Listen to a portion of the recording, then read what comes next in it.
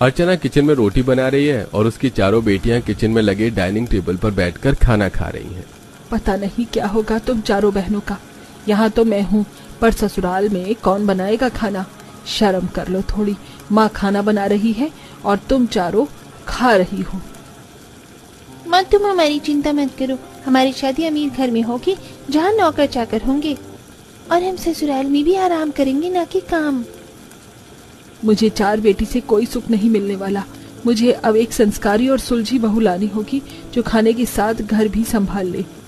इतना सोच अर्चना रोटियां बनाकर अपने कमरे में जाती है और बैठकर फोन पर अपनी बहन से दीपक के रिश्ते की बात करती है। और कुछ दिनों में निशा और दीपक की शादी हो जाती है और आज शादी के बाद निशा की पहली रसोई होती है। बहू, अब तुम इस घर की बहू हो। ये घर और रसोई की जिम्मेदारी अब तुम्हें ही संभालनी है, तो आज जो दिल करे बना लेना। रसोई की जिम्मेदारी देकर शांति वहां से चली जाती है और निशा फ्रिज खोलकर देखती है। अरे वाह, फ्रिज में पनीर है, चाप है, आज यही बनाती हूँ। और मूंग के साथ चना की दाल भी रखी है, लौकी है और तेल भी है। आज बढ़िया खाना बनाऊंगी।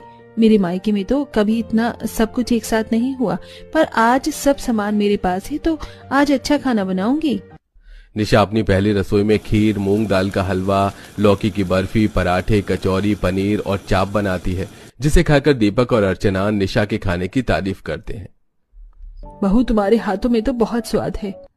हाँ माँ, निशा ने सब कुछ कितना अच्छा बनाया है। मैंने सोचा नहीं था कि निशा इतना अच्छा खाना बनाना जानती होगी।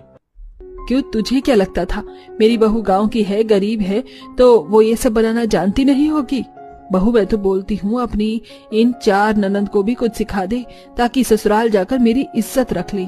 इतना भी अच्छा खाना नहीं है माँ कि हम भाभी से कुछ सीखें। हाँ माँ जी, आरती सही बोल रही है। मुझे भी किसी ने सिखाया नहीं था, अपने आप फोन से देखकर सीख गई। निशा अपनी नंद की बातों का बुरा नहीं मानती, पर उसकी चारों नंद अपनी भाभी से चिढ़ जाती हैं। देखा नहीं तुम तीनों ने, माँ और भैया उस गांव की गरीब लड़की की कितनी तारीफ कर रहे थे। मुझे तो अब वो रास नहीं आ रही। सही कहा तूने, अब उसका कुछ करना पड़ेगा। कोई बात नहीं, आज इसको तारीफ मिल गई तो क्या हुआ, कल से हम इसे परेशान करेंगे कि अब हर मौके पर इसी 4 बात सुनने को मिलेंगी। इस तरह चारों नंद मिलकर अपनी गरीब मासूम भाभी को परेशान करने का ठान लेती हैं। इसी तरह 2 दिन बीत जाते हैं और एक दिन जब पूजा खाना बना रही होती है तो उसकी माँ का फोन आ जाता है और वो निकिता से कहती है, निकिता, कमरे में मेरा फोन बज रहा है। हो ना हो माँ का ही फोन होगा। वैसे मैंने खाना बना दिया है, तुम 2 मिनट में सब्जी का गैस बंद कर देना, जरा मैं अपनी माँ से बात कर लूँ।